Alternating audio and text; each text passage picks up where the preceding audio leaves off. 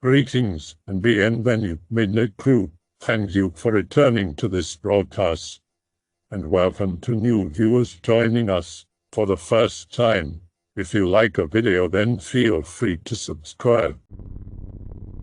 I have a creepy story that happened to me many years ago when I was about 14. Dad says he's going to the store and asks if I want to go. No, I'm playing GoldenEye. My sister goes too, so I'm at home alone. An hour passes and I hear the back door in the garage open and close very loudly. Ignore it and keep playing. Hear it again. WTF, somebody is breaking into the house. Grab my bat and go into the kitchen and put my ear against the door to listen into the garage. I can hear shuffling around and what sounds like cardboard being dragged around the floor. I freak out, put all my weight on the door and lock it. Just as I lock it, something pushes on the door very forcefully. Fuck this. Run out to the front yard and contemplate calling the police. Think to myself, I'm a man, I got this. Sneak around the side of the house and into backyard. Call my dogs, but they will not leave their doghouses, which scares me even more. Psych myself up and barge into the garage yelling and swinging the bat. Nobody is in there. Nope the fuck out of there and sit in the front yard till I see my dad gets home. That wasn't the first time something like that happened there. That house was seriously fucked up. A lot of unexplainable, creepy things happened to us while we lived there. I guess I should give a little backstory on that house. It wasn't in the best condition when we moved in. The previous owners were an older Asian couple and a very old lady that was the mother of one of them. According to the neighbors, they were very secluded. Never spoke to anybody, rarely were they seen outside, and apparently, they practiced a strange religion. What religion that was, I can't say. It's all secondhand information from the neighbors. One thing that I never found out until I moved out on my own was the older lady that the couple cared for had died. I'm the room that I stayed in. Which could explain some of the weird shit that happened to me. One strange thing that happened to me a lot was that I would wake up completely naked. I'm pretty sure I was not undressing myself in my sleep because my clothes would be folded up neatly in a corner of my room. It was always in the same corner, and happened way more often than I liked. I had one of those old pencil sharpeners on my dresser, the kind that you crank on the handle to sharpen your pencil.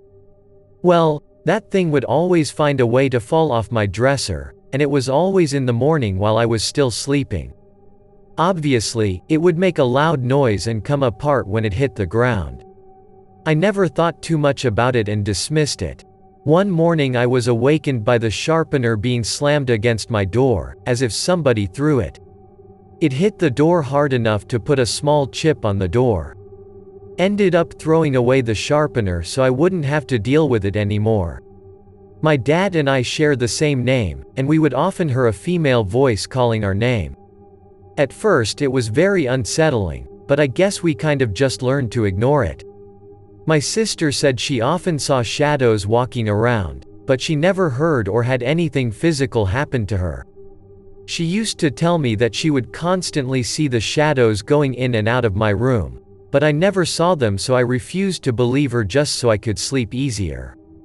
My dad never liked talking about what weird things happened to him, and will change the subject right away if we start talking about, which leads me to believe that he experienced strange things.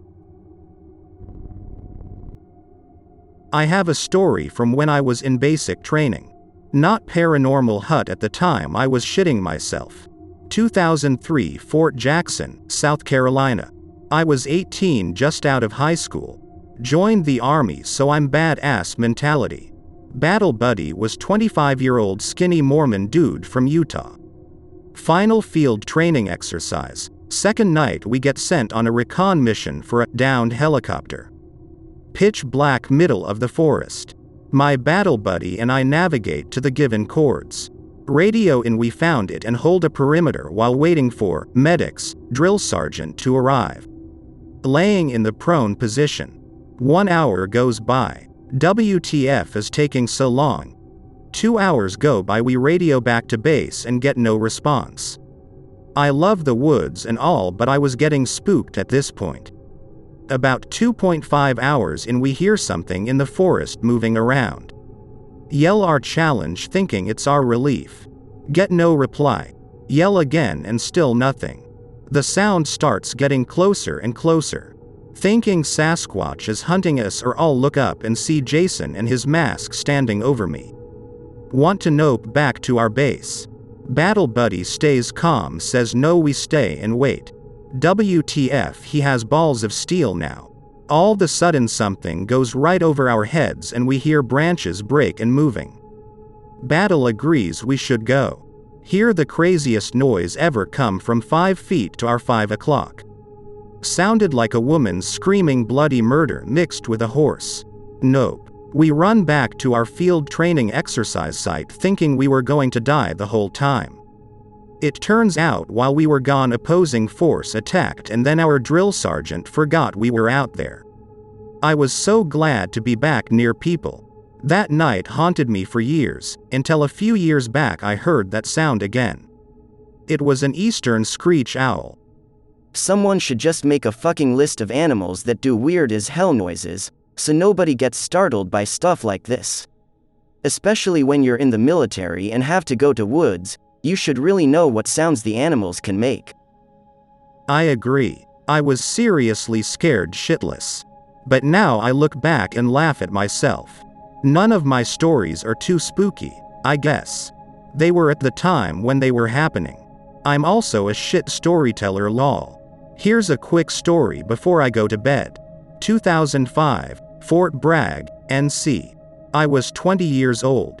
I was in the 82 Airborne Division. I had a random Wednesday off because I had duty the night prior. Decide to go fishing out on some ponds on base. Grab a few beers from my roommate and go. Hit a few ponds and nothing is biting. 4 beers deep at this point, I go to THW next pond. Sitting there fishing, I feel like I'm being watched. Look around but no one is around. Finish beer 4 and open beer 5. The water starts bubbling and forming little waves. Confused as hell now, combined with the feeling like I was being watched, I decide to call it quits. Right as I stand up, I see something rise out of the water. Then another right next to it. 2 dudes in scuba gear pop out. Both have beards and look scary as shit. Ask what I'm doing, my name, rank, company, CO's name, and 20 other questions.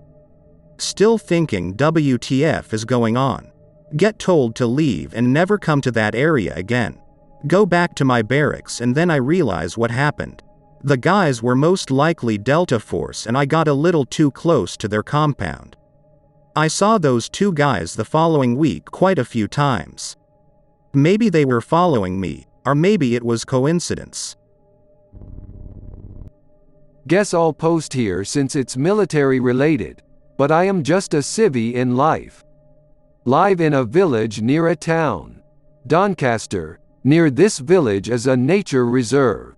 A while back, during World War II, a training flight crashed. I believe it was a bomber initial response cell, into the lake bed. Only 2 deaths due to only 2 crew. 1 died on impact. Other was found a little away from the site. Anyways, the story now. It's about 6 p.m. Taking my dog for a walk, decide to go to the reserve since it's quiet there. Make my way in past the turn gates and towards the lake bed. Used to be peat mine. Walk to other side of lake back into woodlands. Dog suddenly just sits. Attempt to drag on lead, still firmly planted. Notice she is staring at something. Look over, out of the fucking denser woodland as a stumbling pilot. Doesn't even acknowledge me. Dog yelps and nearly pulls me over as she attempts to run off. Pilot just stumbles by us, all bloody and cut up. Get dog under control and follow after. No footsteps sounds nor any footprints in the bog near lake bed. Me and my dog share a look. GTFO, that is my only paranormal experience excluding family-related stuff. The pilot though, his look was of pure terror, like he knew what he was replaying was his last moments. About 6 to 7 months ago.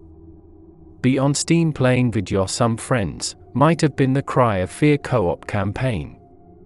Due to location in England, have crappy speeds and even the hub crashing frequently sometimes. About to complete the campaign, hub crashes. Feel a bit annoyed, head downstairs to see what's up. Internet hub has no lights lit up at all, meaning power was disconnected. Thinking it was my cat exploring and pull out the cable, push my cabinet just far enough so I can squeeze behind. Other cable isn't plugged into the wall, other cable ain't here at all. The cable magically disconnected itself and disappeared. Suddenly, I feel a bit anxious, look around for my cat whom I see staring at me at the end of the hallway leading into the living room. Suddenly it gets wide-eyed and runs upstairs. I don't need to second guess, yank myself and run upstairs into room where cat is now just on my bed staring at doorway. Don't go downstairs for a while afterwards. I later found the cable under my sofa in the room. I can assure you a cat cannot do that. About 24 at the time. Have a father who had been an alcoholic, somewhat severe, attempted to kill my mother on one occasion. He lives in a village next door to me. One day, just out in the nature reserve. My second home at the time pretty much. Now the following part 1 will state this. Am not a 100% believer of ghostly spirits and whatnot, a skeptic to be honest, but I digress. Usually this place brings me feelings of relaxation and peace, but this day was different. Suddenly feeling of anxiety and am being watched. Try to shake it off. Am a pretty lonely person to be honest, and this was a forest. I'd react poorly to a bloody kid looking at me. On the final dirt path to the familiar turn gates, I see him, it fucking thing. I honestly don't know how to describe this thing, but he was humanoid, have what looked like a really heavy yellow trench coat and some sort of hat tipped a bit downwards covering his face. We both just stare at each other for a few seconds.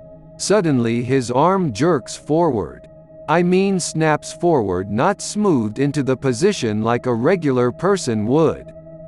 Points at me. At this point I thought I was going to get stabbed and mugged by this person. Scared out my mind. I just fucking shut down. I just freeze up and hold my eyes closed. Awaiting the first or knife which never came, I open my eyes. He's gone. Shrubbery not disturbed. No footsteps leading away. Didn't even hear the fucker. Too scared to notice those facts at the time, I fucking run home. Get home, about 2 p.m. An hour passes by, still a bit shaken up by the encounter with that thing. Trying to come up with reasons why there was no sounds of him going off, no footprints or disrupted shrubbery. Hear a car pulling up the gravel path outside. Peek a head out of my living room window. My dad's car. Think no biggie, he likes to drop by from time to time.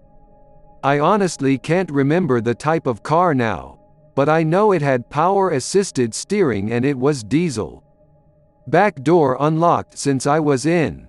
Hear him come in shouting my name, a bit startled by that.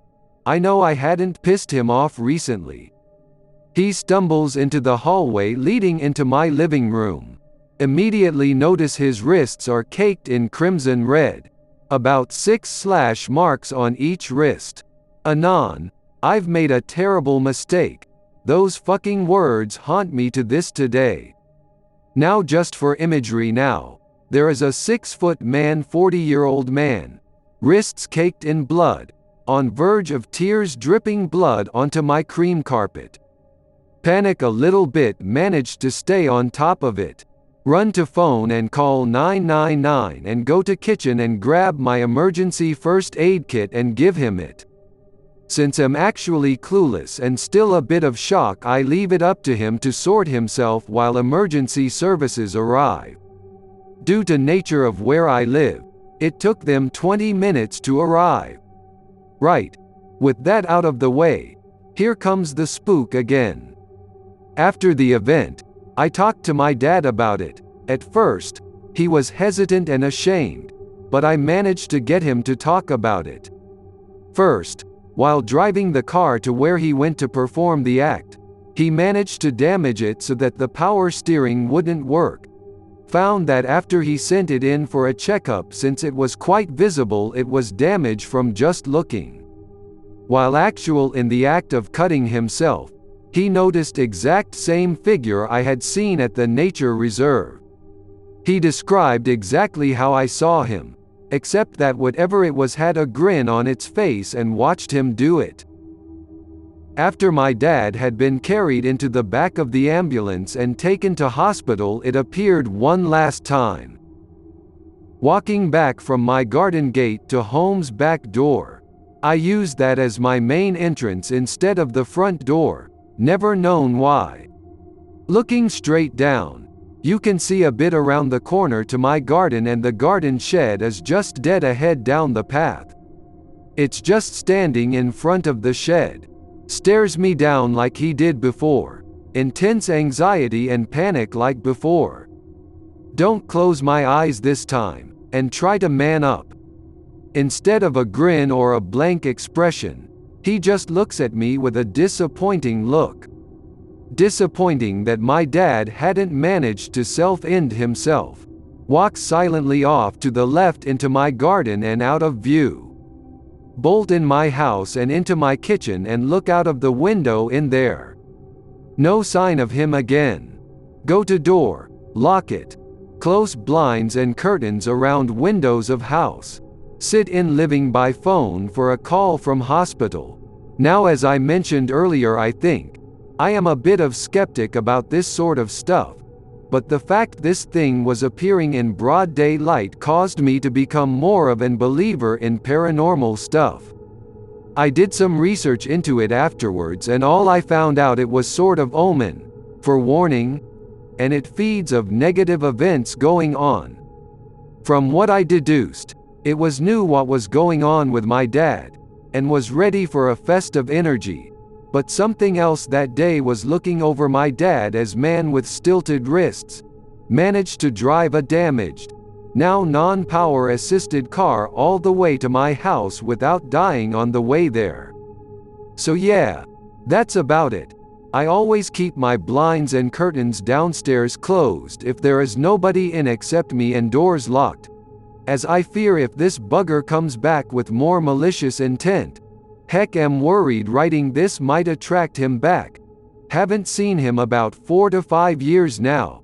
That's when my dad attempted self-end. I hope that you enjoyed tonight's broadcast. If you enjoyed tonight's story, then please subscribe to the channel, as more Greentexts will appear daily. A new broadcast will appear when the clock strikes midnight Central Time.